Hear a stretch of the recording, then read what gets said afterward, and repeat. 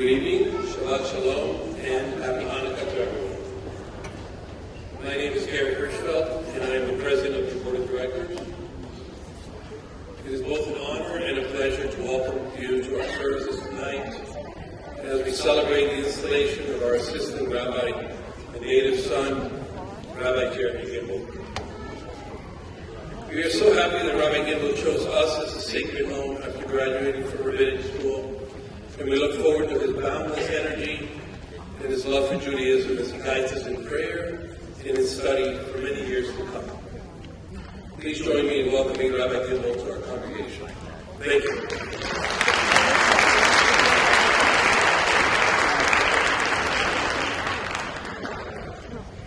Shabbat Shalom. Shabbat Shalom and Happy Hanukkah.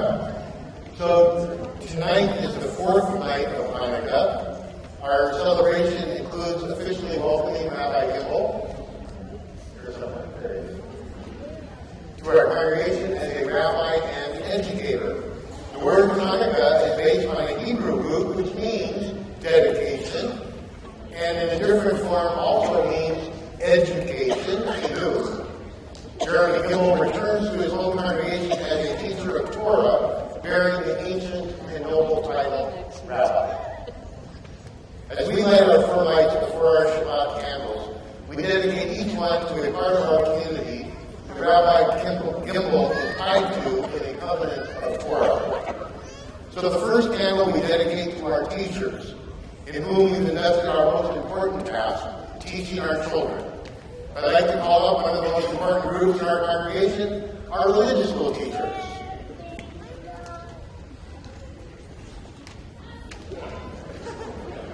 They're all very shy. Okay. The second candle. There we go. See, I told you they were shy.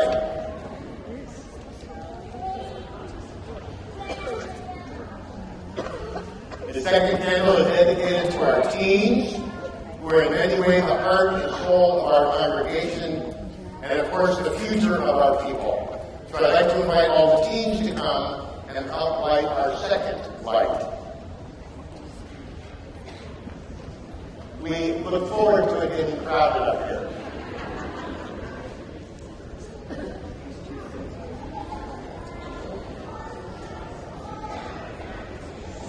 The third candle is dedicated to our children, the students in our preschool and religious school. It's their laughter, their questions, their comments that sustain our congregation as much as the air we need to breathe. So if you are a preschool or religious school student, please come help light candle number 3. Yeah.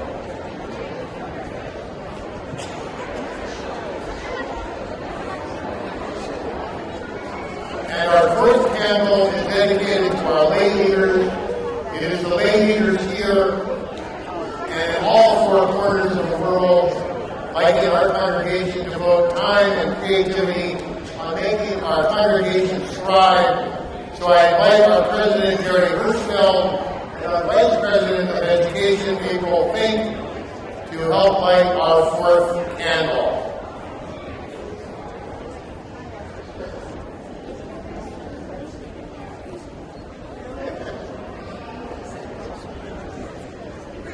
All right, we can start with the candle lighting.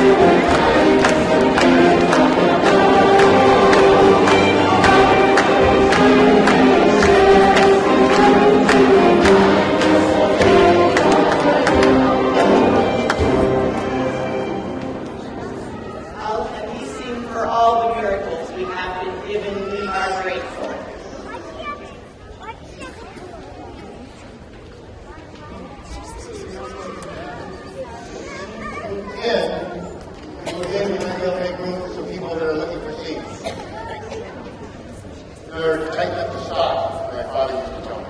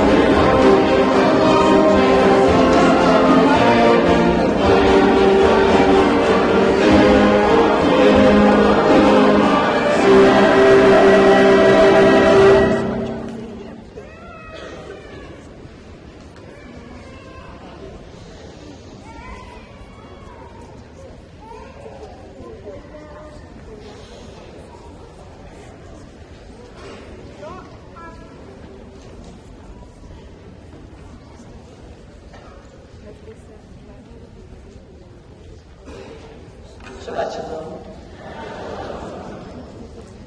20 years ago, in July of 1997, after my first service at Beth Israel Synagogue on 3rd and Laurel, I met an 11-year-old at an Oneg Shabbat who walked right up to me, put out his hand and said, "Shabbat Shalom, Tanner Bernstein. Welcome to Congregation Beth Israel.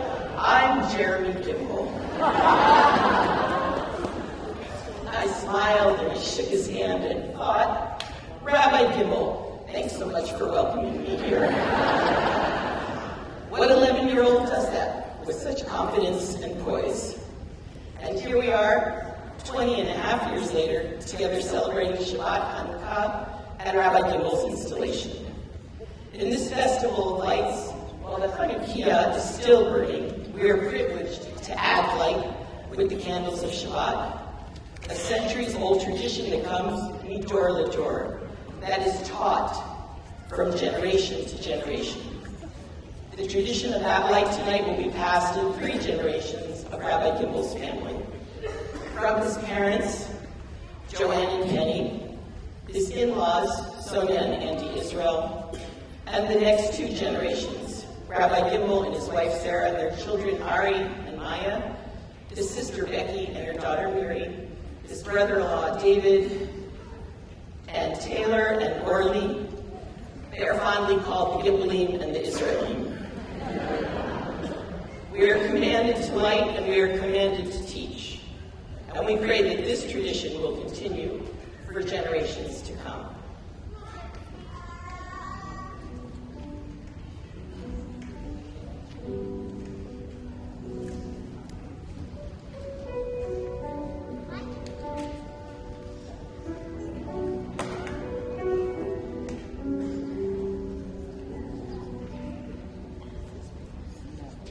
Oh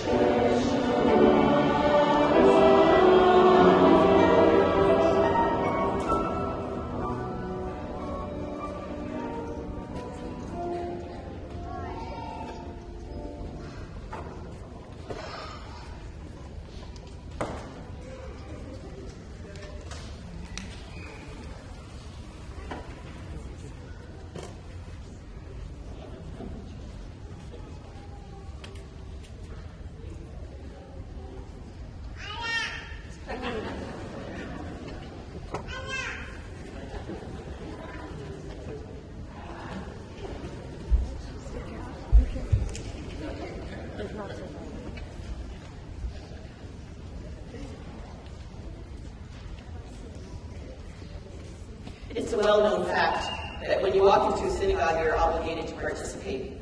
And we begin our joyful singing, Or Zaru Alat Sadiq, light stone for the righteous.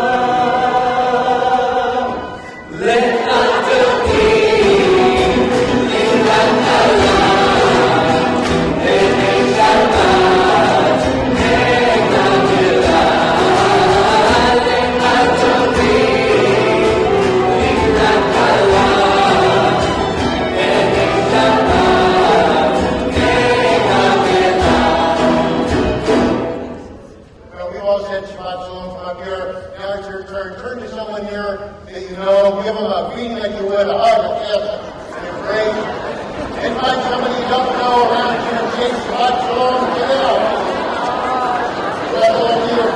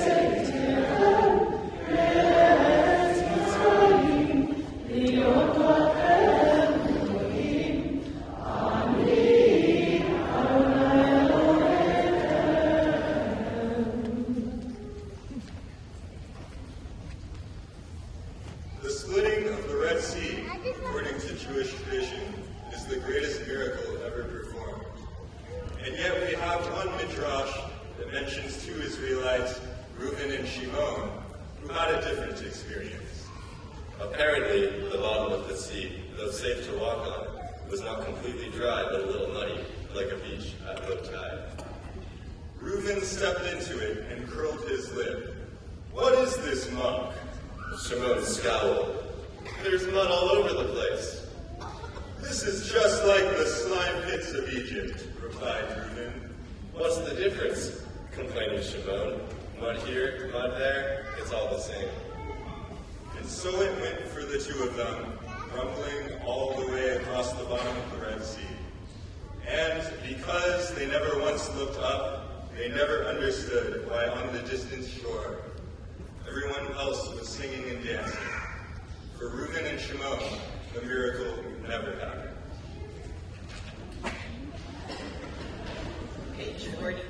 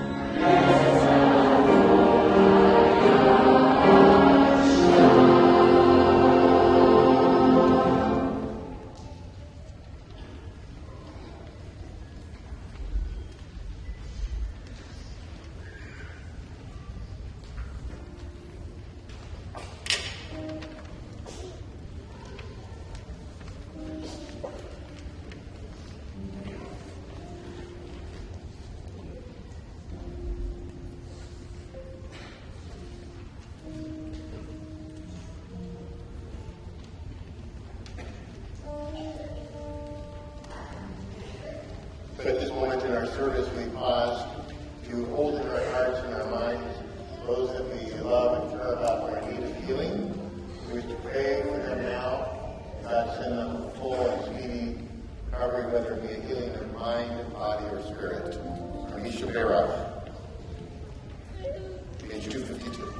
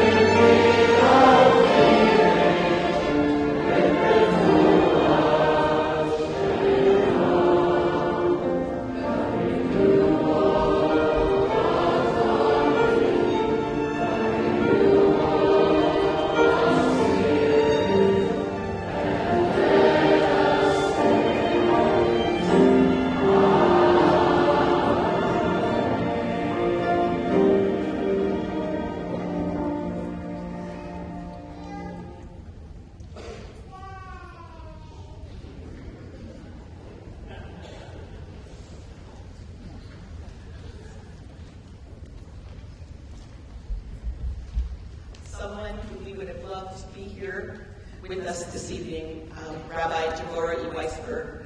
She is the director of Rabbinical Studies and professor of rabbinics at the Hebrew Union College Jewish Institute of Religion in Los Angeles, where Rabbi Gimbel and I had the privilege to study alongside her.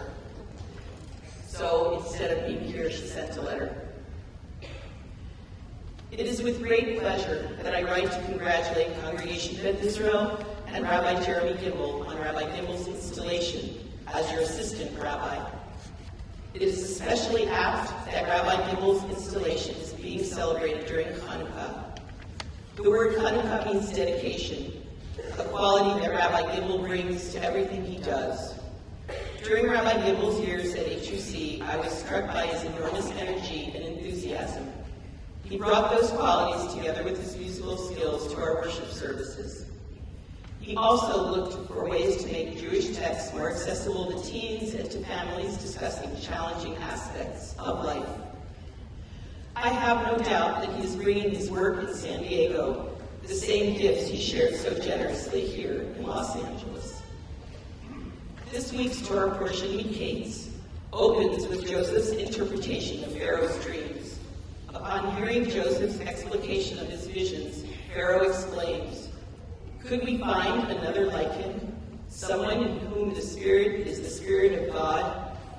In Rabbi Gimbel, Congregation of Israel has found a rabbi animated and inspired by the Spirit of God in Judaism to serve the community. I congratulate both him and you on this occasion and hope that you have many years of mutual inspiration ahead. Sincerely, Rabbi Deborah Weisberg.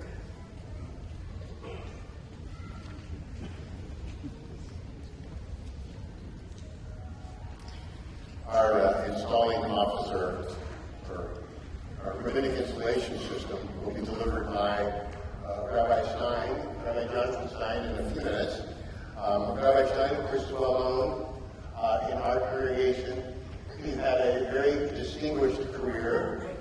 The highlight of his career, of course, was the decade he spent here as the senior rabbi. When he left for New York, he left a lot of broken hearts, and the love that he strength of his leadership has remained with his congregation for all these years and ever since. From there, he went to New York, and he had pretty distinguished career as well. And during that time, he also served as the president of the Central Conference of American Rabbis, which is a very high honor for a rabbi in North America. And he had the privilege of being here a number of years ago, and he knew Rabbi Gimbel when he was a little germ. So before we welcome Rabbi Stein to the pulpit, I want to tell you a wonderful Hasidic story. It's about a conversation between a rabbi and a member of his community. The man once asked, "Rabbi, what is the Jew's task in the world?" The rabbi answered, "A Jew is a lamplighter on the streets of the world." The man then said, "But what if the lamp is in a desolate wilderness?" The rabbi responded, "Well, then too, one must go there and light that lamp, and let it be noted that there is a wilderness, and let the wilderness be shamed by the light." Not satisfied, the man asked, "But what if the lamp is in the middle of the sea?" To which the rabbi responded, "Then one must jump in the water and light it there." "And that is the mission of the Jew?" asked the man. "Yes, that is a Jew's calling." Now, on this installation night, Rabbi Gimbel can be both the unnamed man in the congregation or the rabbi. In the version where he is the congregant, he's known as Jeremy, and he's a young, enthusiastic member of this community. He sees Rabbi John Stein and Cantor, and at that time there was only one title to the name, Bernstein, and learns from their example and teachings that the purpose of the Jew is to be a lamplighter. Rabbi Stein, by the way, left that message for all of us on top of our heart with the verse, "The light of God is the soul of the human being." That teaching grew in the heart of that young Jew, Jeremy, and it became for him a calling that led him to become a rabbi. And so we have the version of the story where we are the members of the congregation, and Jeremy Gimbel is now one of our rabbis. We come to him with the question, "Rabbi, what is the task of the Jew in the world?" And Rabbi Gimbel's calling now is to teach us all that he learned as a boy, that to be a Jew is to be a lamplighter, bringing the light of goodness into the world. In the months that he's been with us as a rabbi, he has lit up our congregation with his knowledge, his teaching, his music, his love, his enthusiasm, and these flow freely from his heart and his soul. On this night of Rabbi Gimbel's installation, my hope for him is that the flickering Chanukah lights remind him of his responsibility to be a lamplighter who brings light into the narrowest, darkest places in our world, and may they remind him to always teach new ways for us to light God's lamps. In our Torah, we read about the first installation in Jewish history, the installation of the priests, the Kohanim. At that ceremony, one of the ritual sacrifices was the ram offered as a well-being offering, or Zebach Shlamim. After the animal was slaughtered, and I know you're wondering where I'm going with this at this point, the blood of the Zebach Shlamim is daubed on the priest's body. Where? On the right ear, on the thumb of his right hand, and on the big toe of his right foot. Now, most commentators are silent about this strange ritual, but Rabbi Joseph Hurst suggests an interesting interpretation. The ear was touched with blood that it might be consecrated to hear the word of God. The hand to perform the duties connected with the priesthood, and the foot to walk in the paths of righteousness. Right ear, right thumb, right big toe. The extremities of one side of our body. Perhaps the point is that if the farthest reaches of our body are truly devoted to God and our congregation, then how much more will our hearts and souls be dedicated to this holy service? I pray that as one of the rabbis of Beth Israel, Jeremy will see the image of God in every member of our community and really listen to their hopes and dreams. I pray that he performs the duties of his leadership with wisdom and creativity, and that his feet lead him in the paths of righteousness, so that he serves as an example of what it means to be a faithful and devoted leader of this holy congregation. I pray that he realizes that our children are watching him and will learn from him what it means to be a Jew. And may Rabbi Gimel always be mindful that if even ears, thumbs, and toes are worthy of consecration, then surely our tongues, our hearts, and our minds ought to be devoted to service on behalf of the God of Israel, and this, our Beit Israel, our house of Israel. May Rabbi Gimel write a beautiful Torah during his leadership in our congregation. May God teach him that he works for the continuation of Jewish life and the Jewish people. Inspire him, O God, to realize that there is no greater calling than to serve you and to bring light to your people. May our Rabbi and his family be blessed.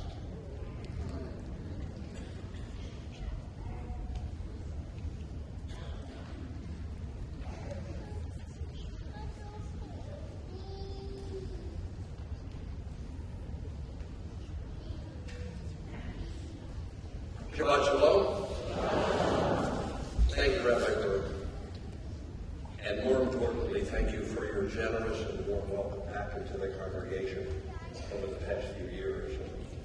Between you and Cantor, Rabbi Bernstein, and Ronnie Graff, they got me hooked again.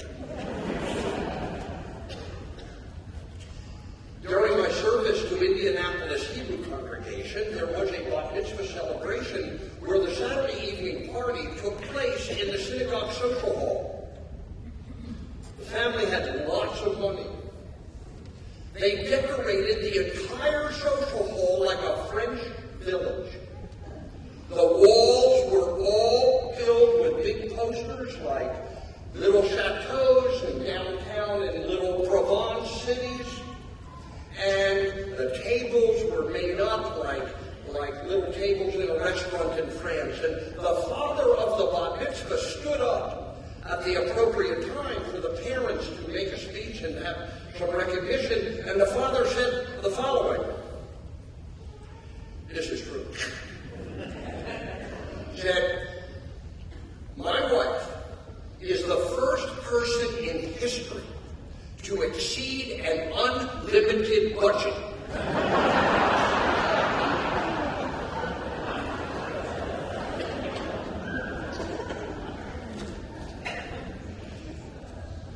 Rabbi Berg gave me no time limit.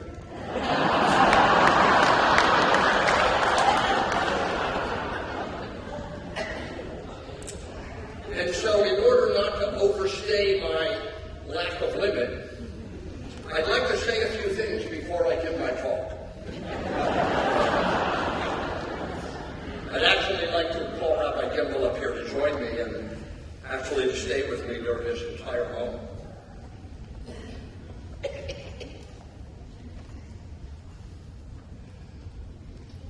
When I would welcome new rabbis to my congregation in New York, if they were guys, I would take them to my favorite Thai store.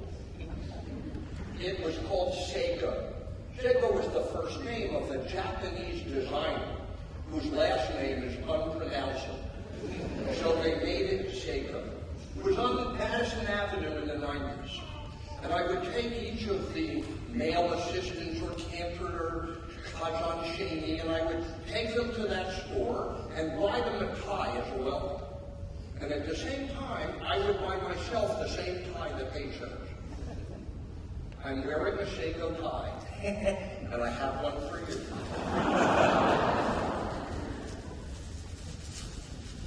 It is actually the one that the first assistant associate rabbi that I worked with there chose, wearing in good health. But I have something more important.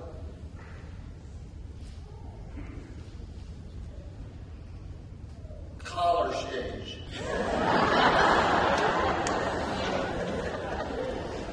You know what I'm talking about? Okay. No, they're not plastic. They're actually metal, and they work and keep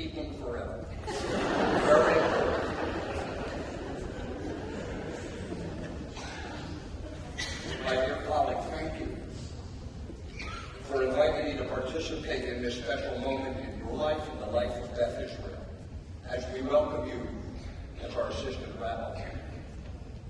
I was deeply touched that you called me the same night that you were assured you were coming here to invite me to share this moment with you. And I've been nervous ever since you called.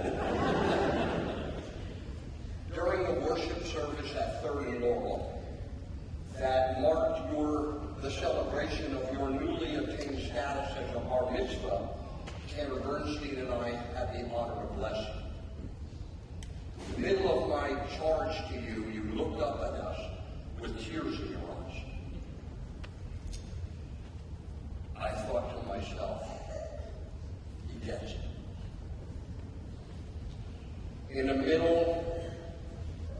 In retrospect, that was a transformative moment for your life. And it's with deep gratitude that I offer thanks to God that it was my honor to stand there with you at that moment in your life. I guess this isn't so new to you anymore, but tonight is, of course, also a welcome home to a synagogue that nurtured and taught and inspired you in ways that have led you to this path with your life. You're a homegrown product of Beth Israel. Since I've known you, bar mitzvah, confirmand, attender at Swig and Newman and Kutz camps, vice president of NIFTY, the editor and author of the first NIFTY venture, and you spent several years as intern during your rabbinic time in Redwood, California, in West Hollywood, and right here at Beth Israel. You are a composer, a singer, a player, a shaliach tzibur, and as Rabbi Berg mentioned, your energy, your big smile, you have fun and laughter.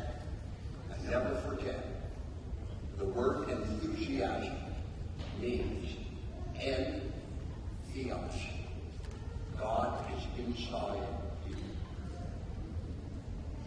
I want to wish mazel tov to Sarah, and to Ari and Maya, Becky and Miri, Andy and Sonia, and to you, Joanne and Kenny. You've worn the badge of my son, the rabbi, with such great pride since the first moment he mentioned he wanted to pursue this path, all the way till we met in Jerusalem during Jeremy's first year. Thank you. The old cliche, what kind of job is that for a Jewish boy?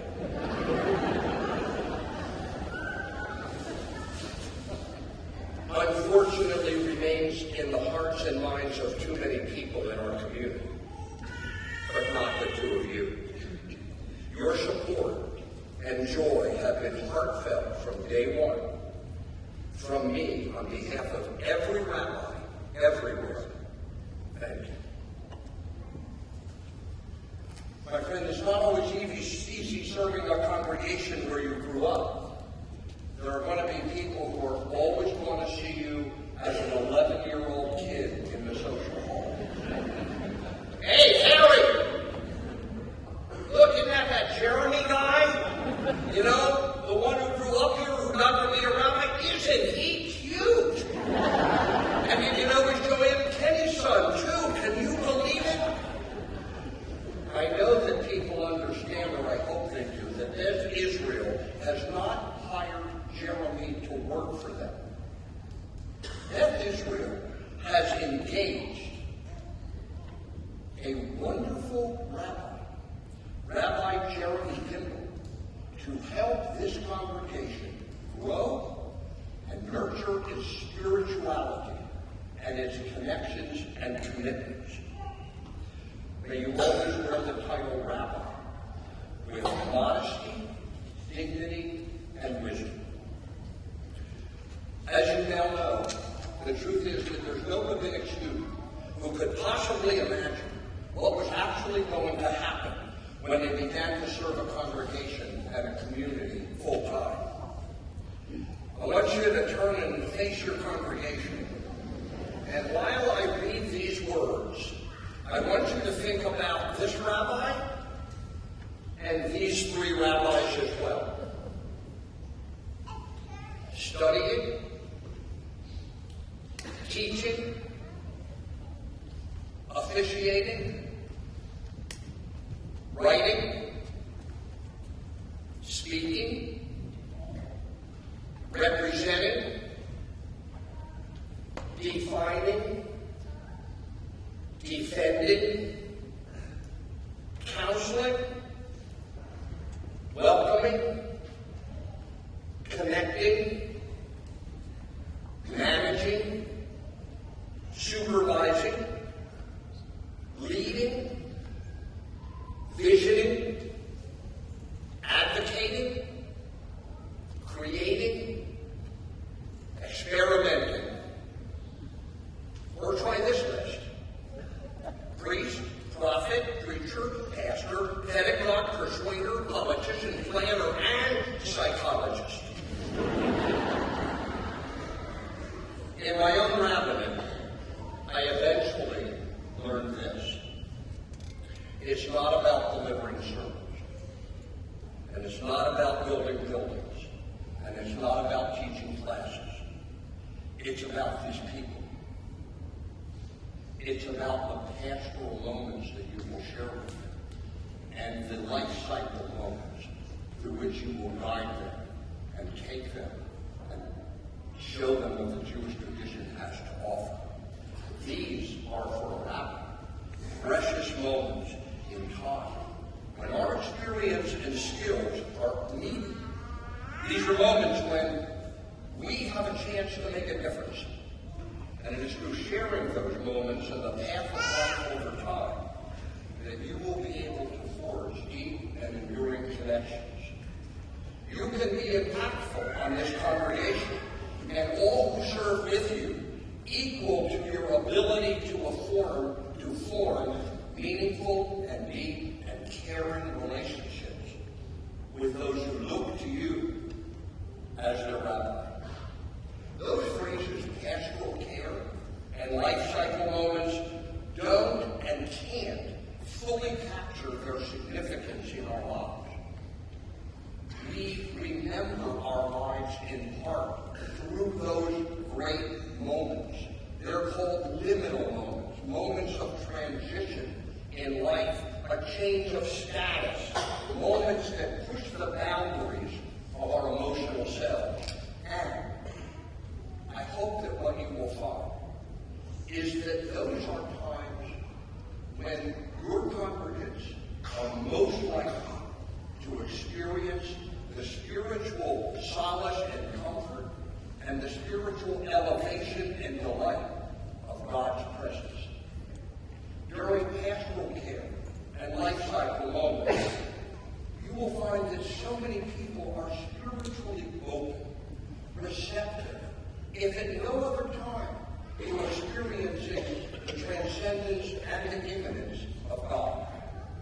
We clergy have an extraordinary opportunity to share life's most emotionally intense moments.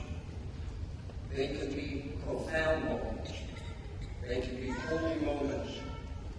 They can be God moments. Rabbi Gimel, you stand here tonight, hopes, dreams, possibilities overflowing in your head. You brought them here with all of your years of preparation in rabbinic school and before. You have brought here and will continue to bring creative and new ways to engage people in this synagogue in the life of being a Jew.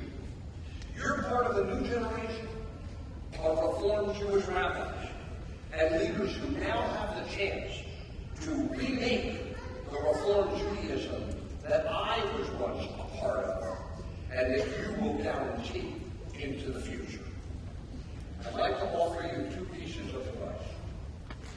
The first one is from me.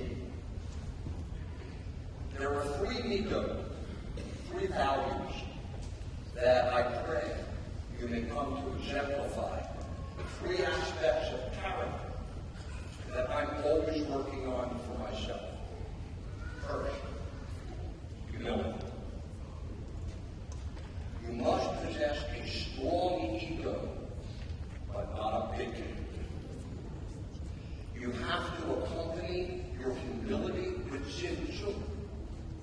with making room for others in your space and to help you. Second, authenticity. You have to teach something that makes sense in the world. You can't teach people gobbledygook that they can't understand and reject. You have to somehow put together a point of view and a series of values that make sense to you and to them, that's consonant with the reality that we live in. Helping your people see the world through a Jewish lens, accompanied by your humanity and genuineness. And finally, may you always have integrity. May your inner and private lives match your values. And may your rabbinate always bring you a deep sense of meaning and purpose. The second piece of advice comes from Rabbi Israel Salam, founder of the Musar movement, the mid-19th century movement in traditional Jewish circles that emphasized the Midot, moral behavior and ethical values as being at least as important as ritual observances. On a wall in Beikat Tafuso, the Diaspora Museum in Tel Aviv, you will find this quote from Rabbi Salam. A rabbi whose community always agrees with him is not a rabbi.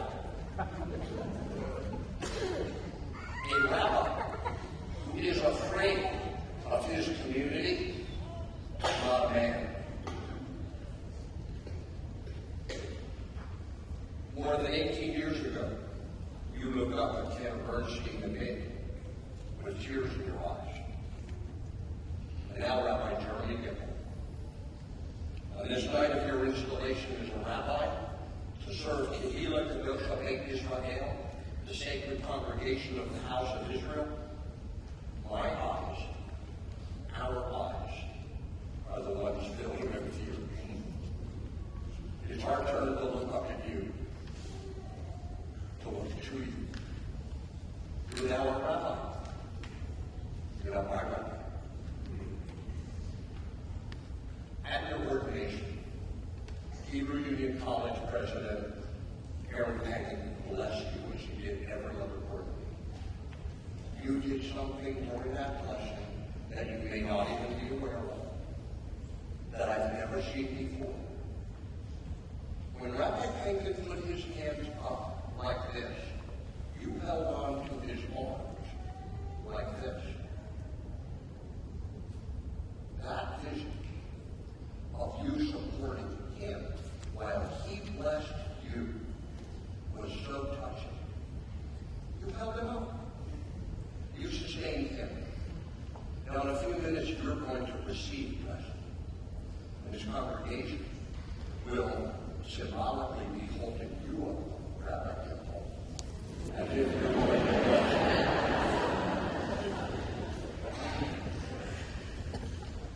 From this moment on, as you bless your people with your great combination of talent and commitment, may they hold you up and sustain you through your years of service to our people. King Yamaso, may this be God's will for you. Shabbat shalom.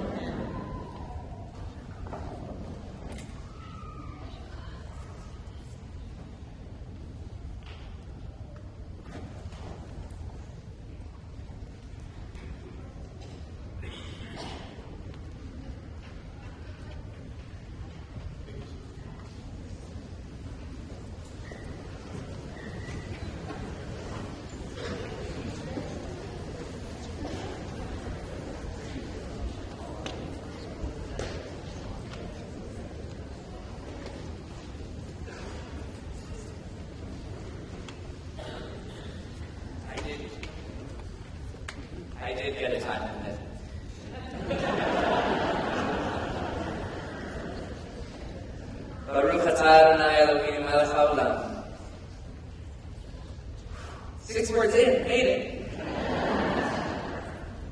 Baruch atah Adonai Eloheinu melech haolam shehachianu v'kihanu v'higiyanu lazman hazeh. Source of blessing, eternal our God, you fill the universe with majestic might, giving us life, upholding the life within us, and bringing us to this time. I want to begin by offering my thanks to those who brought us all to this time. Thank you, Gary, and Mitch, and the board, for putting your faith in me and bringing me on board to serve this incredible community. Thank you to all the teachers and students who have taught me so much already. Thank you, Leanne and Susan, Marie, Cheryl, Kathy, Eileen, Bethany, Simone, Leslie, and all the staff who help enable the sacred work we do every day. Rabbi Solomon, thank you for your collegiality in the first few months on this first job. I want to offer a special thanks to, I'm going to really try hard to pronounce this right, the Lukaku to my Mata, the Frick to my Frack, Gilad Hoffman, for your partnership, pragmatism, and vision. Ava, where are you? I know you're here. Back there. There you are, Ava. Thank you for your mentorship across all these years. Thank you to all the musicians and singers who added so much to this evening's service. Thank you, Cantor Merrill, for your presence and your voice. To Rabbi Cantor Bernstein, with whom I will not be making eye contact at this moment. Thank you for being there with me and my family at every step of our life's journey. From my bar mitzvah to our wedding to this day. I'm so grateful for every opportunity of community building that we have together, and for every moment of mentorship you have provided throughout the years. To Rabbi Burke, I happened to learn about the sacrifice you mentioned, and there's a modern twist on it, which is that you take the sacrifice that you have just offered, and rather by burning it through smoke, you actually sear it and then close the lid and seal the vent on your Instant Pot.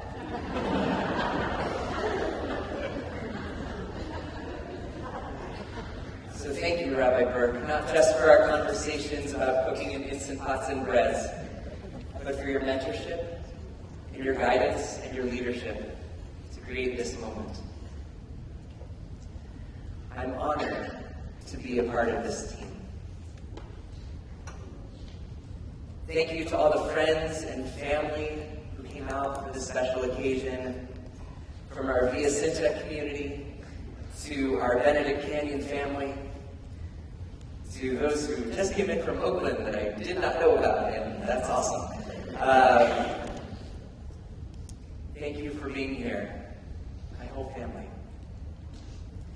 Thank you, Mom and Dad, for giving me life, for upholding my life, and bringing all of us together to this time.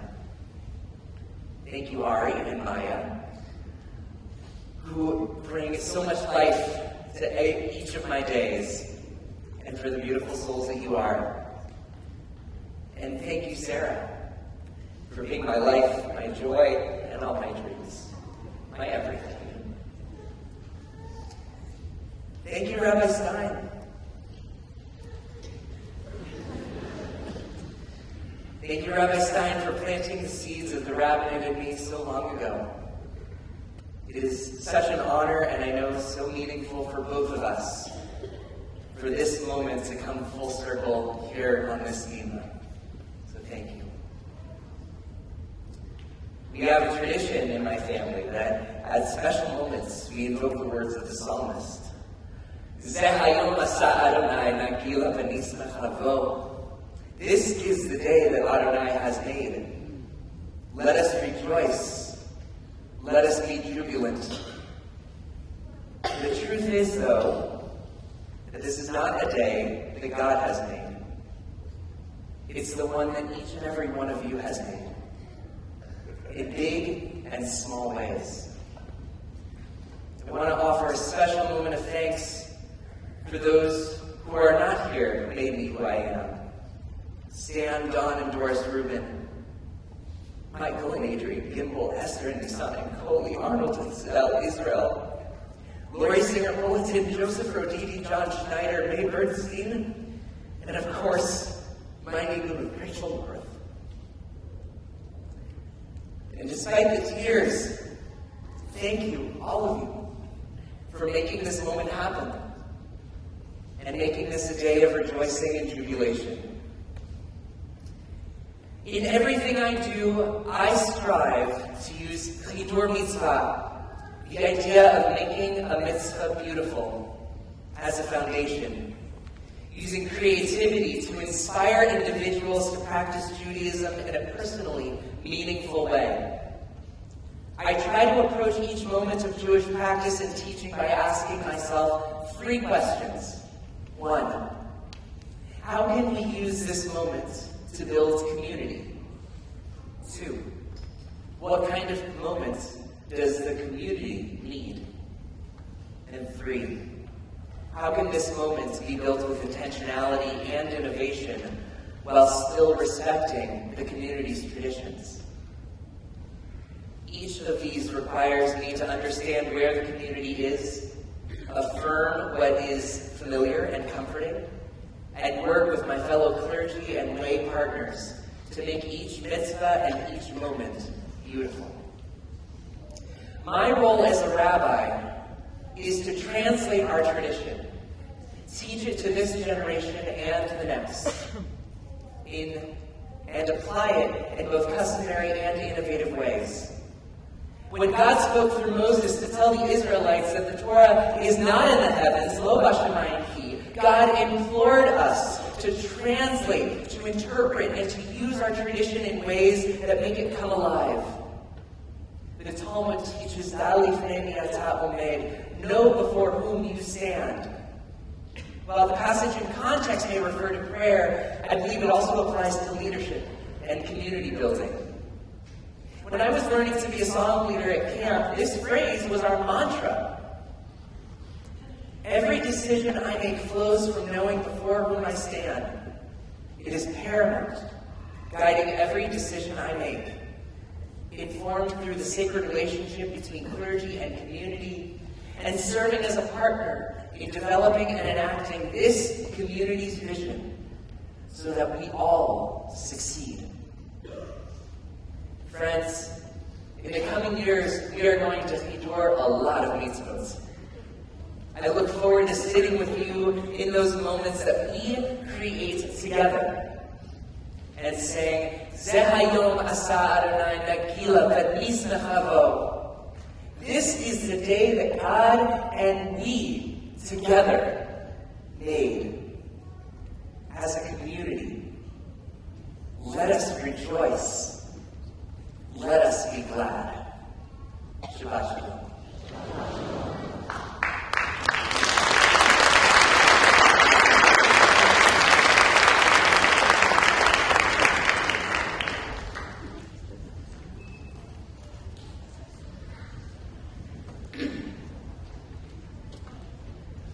On all 8 days of Chanukah, Hallel, the praise of the Creator is said, with great thanks for the miracle that occurred in ancient times at this season. We are obligated to be grateful for the miracles in our lives, for the holidays that we are privileged to celebrate, and for this Shabbat Chanukah night.